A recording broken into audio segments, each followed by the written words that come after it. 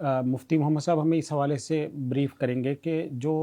ایک اجلاس ہونے جا رہا ہے مسئولین کا، وہ کیا ہوگا اور اس کی تفصیلات کیا ہیں؟ جی بسم اللہ الرحمن الرحیم۔ آج حضرت استاذ محترم حضرت مفتی عبدالرحیم صاحب جو صدر ہیں مجمع العلوم الاسلامیہ کے، ان کی زیر صدارت اجلاس ہوا کابینہ کا، تو اس میں جو فیصلے ہوئے ان میں ایک فیصلہ یہ ہوا کہ ہمارے ملک بھر میں جو مسئولین ہیں ان کی ایک 3 روزہ ایک ورکشاپ رکھی جائے۔ اس کی تاریخیں طے ہوئیں اور وہ یہ طے ہوا کہ 17 اگست کو شام تک وہ پہنچ جائیں گے یہاں، اور 18، 19، 20 یہ 3 دن ان کے ساتھ مجلسیں ہوں گی۔ اس میں 3 چیزیں ہوں گی، ایک تو ان کی تربیت اور ٹریننگ ہوگی مینجمنٹ کے حوالے سے اور دیگر موضوعات کے حوالے سے، اور دوسرے نمبر پر جو طلباء پوزیشن ہولڈر ہیں جنہوں نے سالانہ امتحان میں پوزیشنیں لی ہیں ان کے لیے تقریب تقسیم انعامات ہوگی، اور تیسرے نمبر پر اس میں جو ہمارے مدارس دینیہ میں مجمع سے ملحق مدارس میں جو عصری علوم پڑھائے جاتے ہیں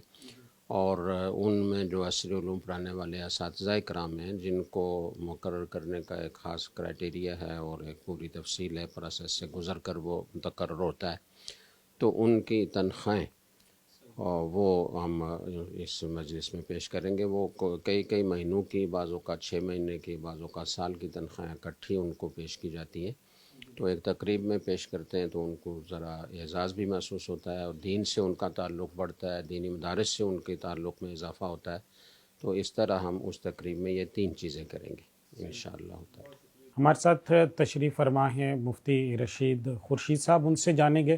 کہ کابینہ کے اجلاس میں باقی جو چند اہم فیصلے تھے وہ کون کون سے تھے؟ الحاق کے حوالے سے ہماری پالیسی ہے کہ ہر 3 سال بعد ہم تجدید الحاق کریں گے اور رینیول ہوگا الحاق کا،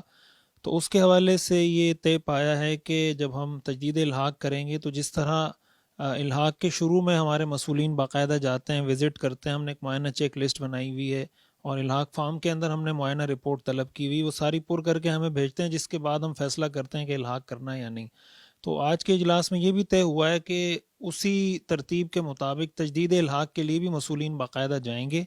اور وہ یہ دیکھیں گے کہ 3 سال پہلے جب الحاق ہوا تھا اس وقت ادارہ موجود تھا اور مجمع کے ساتھ انہوں نے الحاق جس وجہ سے کیا تھا اپنے تعلیمی نظام کو بہتر کرنے کے لیے، مینجمنٹ جو بھی دوسری چیزیں ہیں، تو کیا اس میں کوئی بہتری آئی ہے نہیں آئی ہے، تعلیم کا معیار کیا ہے، ان ساری چیزوں کو باقاعدہ مسئولین چیک کر کے وہ جب معائنہ چیک لسٹ بھیجیں گے اس کے بعد ہم فیصلہ کریں گے کہ ان کا الحاق دوبارہ اس کی تجدید کرنی ہے یا نہیں کرنی۔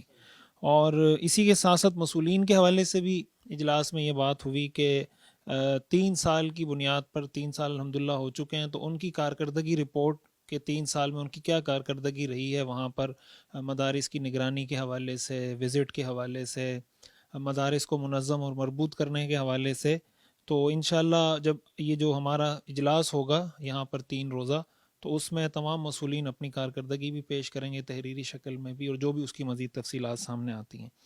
اور ایک فیصلہ اس میں یہ بھی ہوا کہ ہمارے بعض فضلاء فاضلات کو سرکاری اداروں میں اپلائی کرتے وقت کچھ مشکلات پیش آئیں، وہاں ان کے پاس ان کو یہ بتایا گیا کہ بھئی ہمارے پاس مجمع کا نام ہمارے موجود نہیں ہے لسٹ میں،